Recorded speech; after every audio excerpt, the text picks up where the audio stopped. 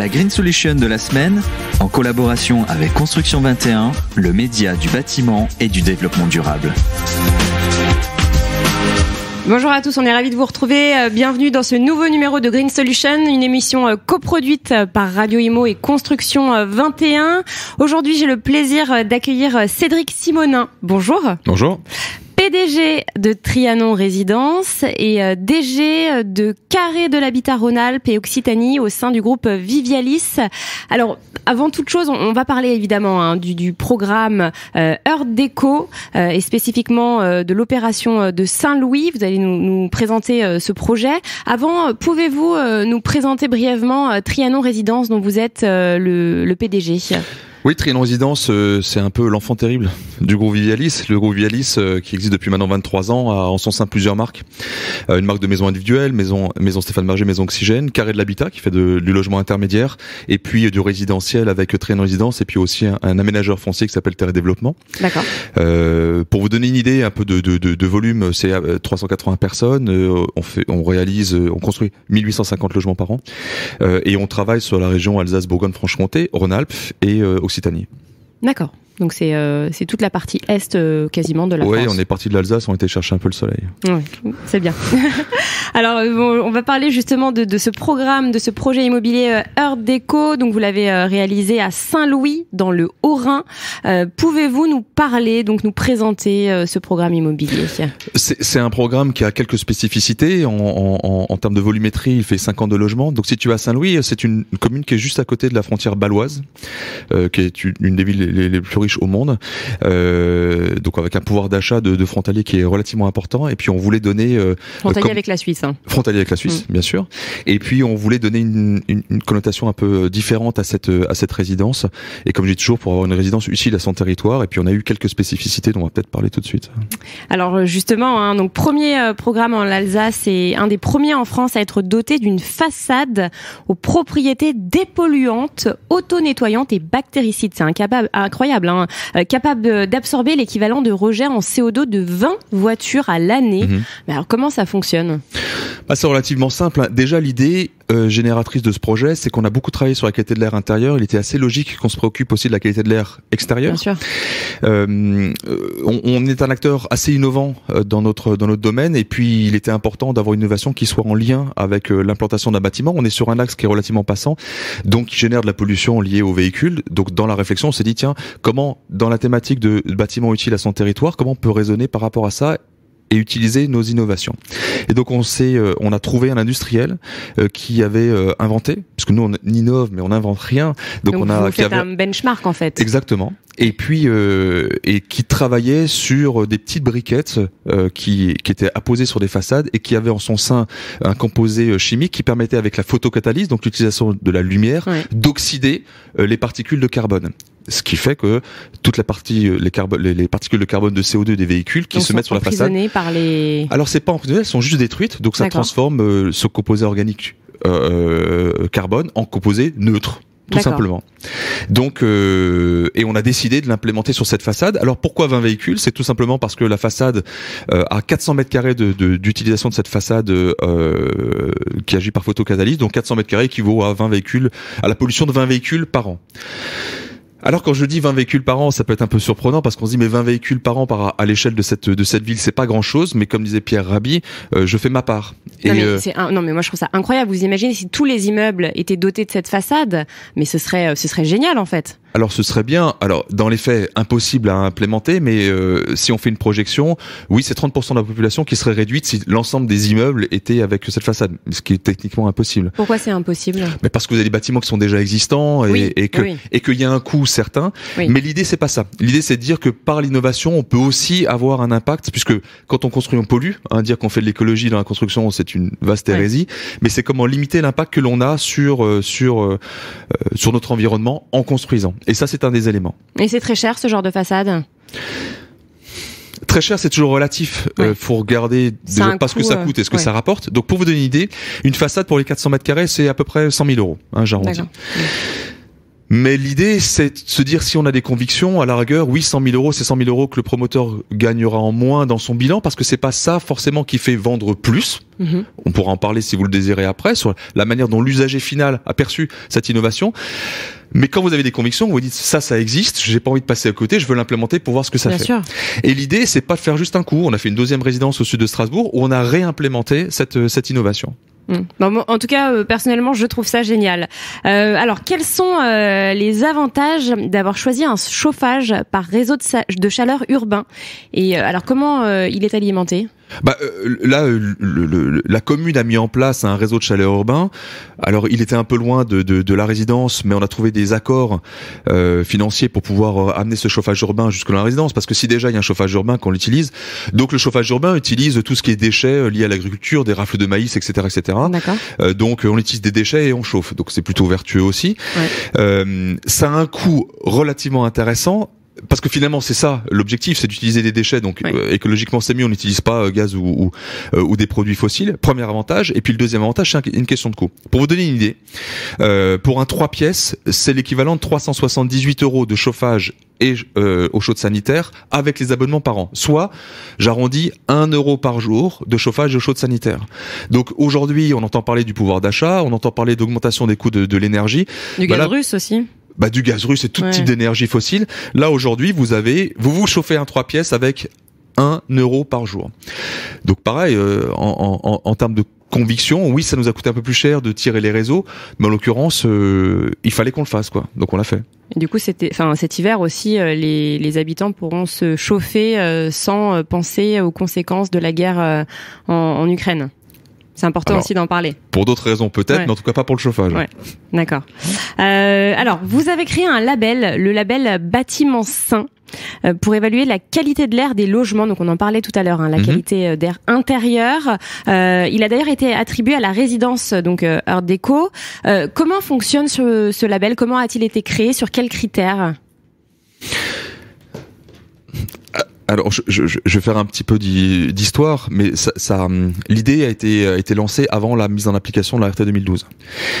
À l'époque, beaucoup de constructeurs, promoteurs, architectes qui ne voulaient pas voir cette norme arriver disaient qu'on va créer des bâtiments thermos. Ça m'a ouvert un peu l'esprit en me disant mais finalement qu'est-ce que ça veut dire bâtiment thermos et quel est l'impact que ça peut avoir sur l'usager final? Parce que finalement la RT 2012, on est à la RE 2020 là, mais la RT 2012 à l'époque était assez vertueuse, c'est bon pour le porte-monnaie et c'est bon pour la planète. Mais la question, comme on a des bâtiments qui étaient très étanches, la question que je me suis posée c'est mais quid de la qualité de l'air intérieur? Moi je suis pas médecin, donc je me suis associé entre guillemets dans la réflexion au CHU de Strasbourg avec un éminent allergologue et je lui ai dit mais docteur, expliquez-moi comment ça se passe les problématiques liées à la qualité de l'air intérieur. En fait, il y a deux problématiques. Elle est essentiellement liée aux allergènes et aux composés organiques volatiles. Donc ça génère des maladies qui sont liées au formaldéhyde, au benzène, c'est des substances que l'on a dans les cols, dans les peintures, etc. Qui à terme sont rejetés dans l'environnement et qui peuvent générer des problématiques asthmatiques ou de cancer. Donc, fort de ce constat, j'ai demandé à ce qu'on fasse un état global de l'utilisation des matériaux qu'on utilise dans les résidences en laboratoire par le CHU de Strasbourg. Et il s'avère que dans nos constructions, 50% des matériaux utilisés étaient bons, voire très bons, 30% moyens et 20% pas bons. Toujours des allergènes et des composés organiques volatiles. On a été voir les industriels, on a dit, est-ce que vous avez des produits qui sont sans allergènes et sans composés organiques volatiles? La réponse est oui. Pourquoi vous ne les proposez pas? Réponse des industriels, parce que toute la profession dit que c'est trop cher. Je reviens sur ce que j'ai dit tout à l'heure, quand on a des convictions, on les porte. J'ai dit, mais trouvons des solutions pour pouvoir implémenter nos résidences et utiliser ces matériaux. On l'a fait, on l'a labellisé, on a fait un label qui s'appelle Label Bâtiment Sain. C'est un label interne. Quand j'en ai parlé, on nous a dit, oui, mais un label interne, vous êtes jugé parti. J'ai dit, qu'à cela ne tienne. On l'a étalonné auprès de l'ADEME, avec leur label Écrin, qui était à l'époque manager.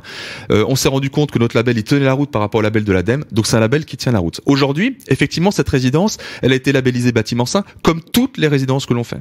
D'accord. Quand on fait quelque chose, c'est pas faire un coup marketing, c'est pas faire un coup one shot, c'est parce que c'est porté par des convictions. On est conscient que finalement les logements que l'on construit sont 5 fois plus pollués à l'intérieur qu'à l'extérieur, le logement neuf. Donc on doit faire quelque chose. Et on agit via ce label. C'est très intéressant ce label, ouais. En termes de mobilité pour les résidents, est-ce que vous avez mis en place certaines choses? Oui. le logement est toujours intimement lié avec les mobilités, parce que quand les gens achètent un logement, ils se posent des questions de comment je vais à mon lieu de travail, comment j'emmène les enfants à l'école, périscolaire, extrascolaire, etc., etc. Bah, c'est un des critères de choix pour l'achat d'un appartement ou d'une maison. Hein. Clairement. Mais clairement, on l'a vu après le Covid. Après le Covid, il y a eu ruée vers les campagnes. Maintenant que l'essence est à 2 €, les gens se disent, mais finalement, est-ce que ça vaut le coup d'habiter à 15, 20 ou 30 km de chez moi? Je parle pas de la région parisienne. Je parle plutôt des villes de province. Et finalement, oui, j'ai un peu de verdure, mais j'ai un coût de l'énergie qui est plus important. Donc il y a un gros dilemme qui est mis en dont les gens une question que se posent les gens, par exemple, gros dilemme. Et donc on s'est dit, tiens, si on agrégeait des mobilités, si on essayait de trouver des solutions par rapport à nos résidences. Donc dans certaines résidences, on a mis des vélos électriques, et dans une résidence comme celle de Saint-Louis, on a mis des véhicules en autopartage pour les résidents. Ça a plusieurs avantages. La deuxième voiture qui reste au parking 98% du temps, finalement là les gens, on peut leur dire, libérez-vous de cette voiture, et pour des menus trajets, utilisez les voitures qui sont dans votre résidence. C'est une utilisation qui est relativement simple, sans abonnement, qui ne coûte pas de charge supplémentaire. On a trouvé un bon système avec Renault par rapport à ça. Renault, le constructeur, hein, pas le chanteur. Donc on a trouvé un système relativement innovant par rapport à ça, et ça a un vrai succès auprès de nos résidents. Oui, c'était ma prochaine question. Ça fonctionne bien du coup.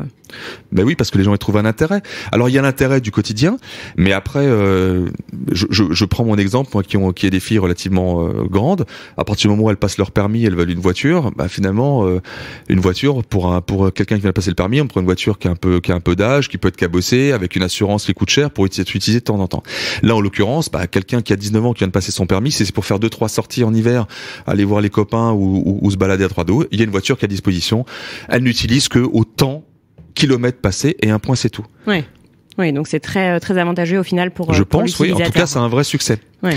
Et alors, ce que l'on a fait sur une autre résidence aussi dans le Haut-Rhin, c'est qu'en fait, on a pris en charge le coût des mobilités pendant 1 an pour tous les gens qui achètent un logement dans cette résidence.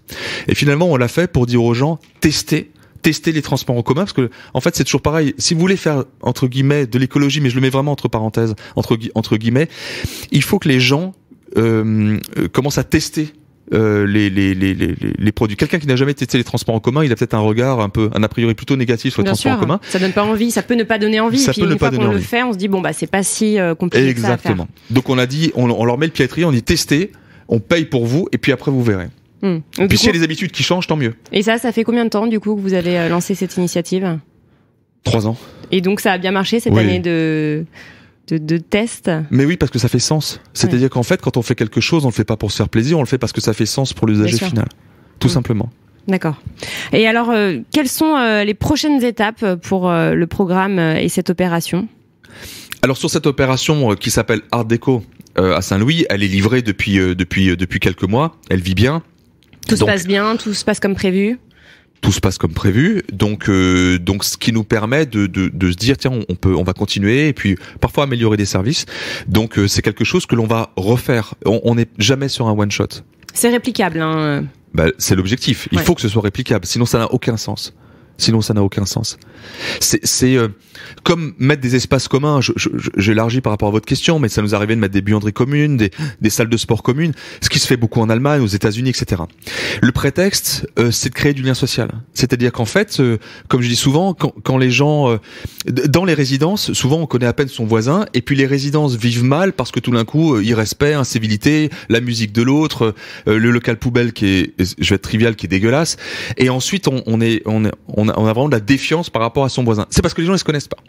La fête des voisins, ça suffit pas à agrémenter du lien social. C'est une fois par an. C'est une fois par an et ça ne suffit pas. C'est bien, mais ça suffit pas. Le lien social, il se fait pas tout seul. C'est que les gens vont pas spontanément aller sonner chez le voisin en disant bonjour, je suis votre nouveau voisin, allons boire un verre ensemble.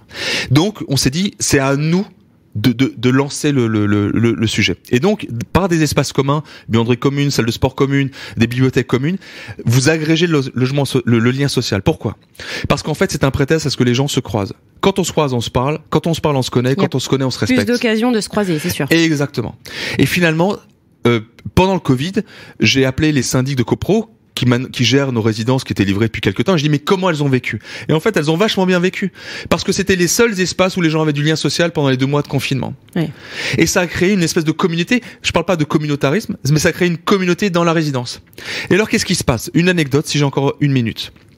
dans cette salle de sport commune.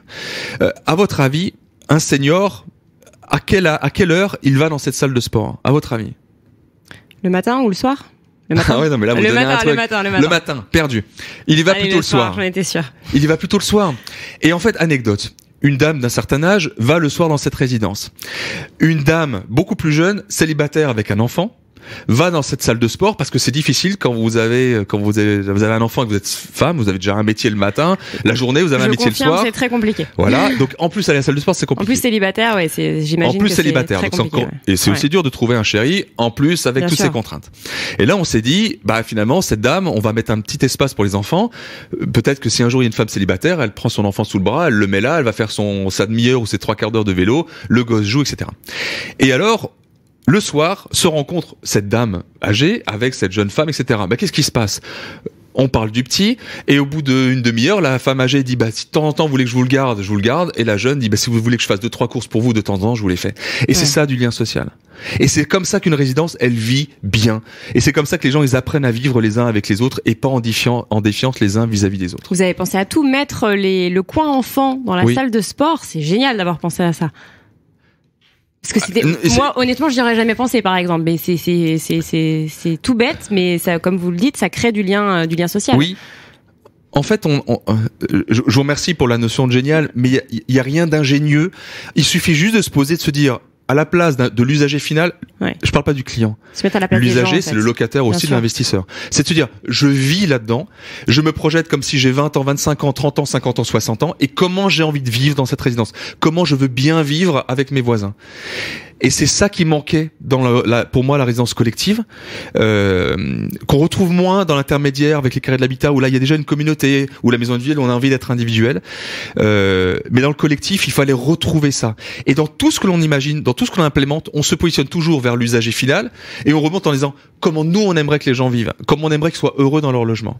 Mais pour rebondir, juste pour finir sur ce que vous disiez tout à l'heure, ce besoin de lien social depuis les confinements, c'est très vrai, et la preuve en est, le co-living a explosé en 2021. Pourquoi? Parce que les gens, on s'est rendu compte que beaucoup de gens vivaient seuls, et que les gens qui vivent seuls dans leur appartement, même en copropriété, ont besoin d'interaction et sont à la recherche de ça maintenant, parce qu'ils ne veulent pas revivre ce qu'ils ont vécu pendant les confinements, et ils veulent justement échanger, pouvoir faire du sport avec les voisins, dire quelques mots. Il y a des cuisines communes, il y a des buanderies, enfin voilà, comme vous le dites, c'est très très important. Oui, le Covid a été un effet d'accélérateur de ce qui était déjà en train d'émerger. On sentait, il y avait une vraie tendance. On a cette chance-là d'être assez ouvert à ce qui va se passer là. Il y a encore de vraies évolutions sociétales. Je pense beaucoup au logement des seniors. Moi, je suis un fervent adversaire des EHPAD. Pour moi, ça n'est pas une solution.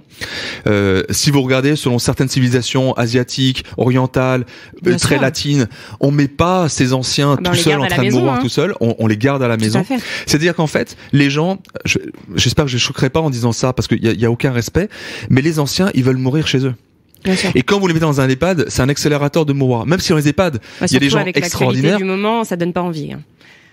Oui, même s'il y a un personnel extraordinaire qui fait tout pour que ça se passe bien. Mais les gens, ils veulent mourir chez eux. Donc, notre rôle, en tant que concepteur de logement, etc., c'est de penser ça pour eux. C'est de se dire comment on peut imaginer des logements où les gens pourront y vivre le plus longtemps possible, être médicalisés le plus longtemps possible, et s'ils veulent mourir chez eux, ils mourront chez eux, avec leurs proches à côté, et dans cette communauté où on les soutiendra jusqu'au dernier moment. Où on est chez soi et bien chez soi. Bien chez soi.